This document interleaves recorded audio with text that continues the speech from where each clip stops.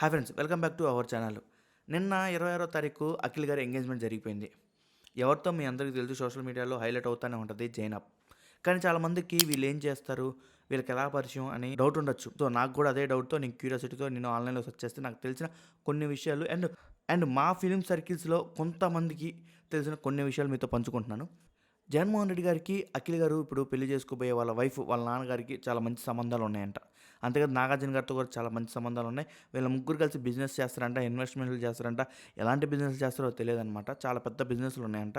అంతేకాదు ఈ 2024 ముందు బ్యాక్ అంటే జగన్మోహన్ రెడ్డి గారి ప్రభుత్వంలో అంట తనకు ఒక మంచి పదవి ఉందంట. గవర్నమెంట్ నుంచి ఒక అధికారిక పదవి కూడా ఉందంట వాళ్ళ నాన్నగారికి, వాళ్ళ నాన్నగారికి అంటే జగన్మోహన్ రెడ్డి గారి టైంలో. సో ఇంత మంచి కనెక్షన్ ఉంది.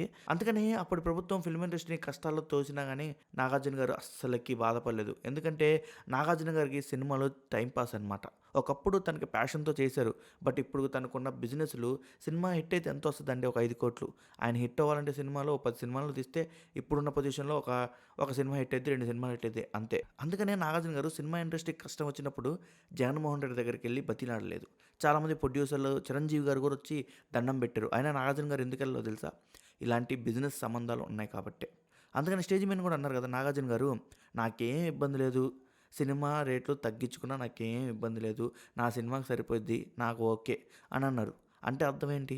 అఖిల్ గారికి 23, 24 ఏజ్లో తనకి ఎంగేజ్మెంట్ జరిగింది. ఫస్ట్ ఎంగేజ్మెంట్ అది క్యాన్సిల్ అయిందనమాట.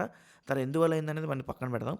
దాని తర్వాత ఆఫ్టర్ 6-7 ఇయర్స్ తర్వాత ఇప్పుడు తనకి 30 వచ్చినాయి. ఇప్పుడు తను ఎంగేజ్మెంట్ అయింది. పెళ్ళి ఎప్పుడు చేసుకుంటారో తెలియదు అనమాట. పక్కా బిజినెస్ ఇదనమాట. చాలామంది అనుకుంటారు ఇది లవ్ అని. అలా అంటే 6 ఇయర్స్ నుంచి లవ్లో ఉన్నారంట. బట్ నేనైతే ఇది పక్కా ప్రొఫెషనల్ బిజినెస్ మ్యారేజ్ అంటాను నేను.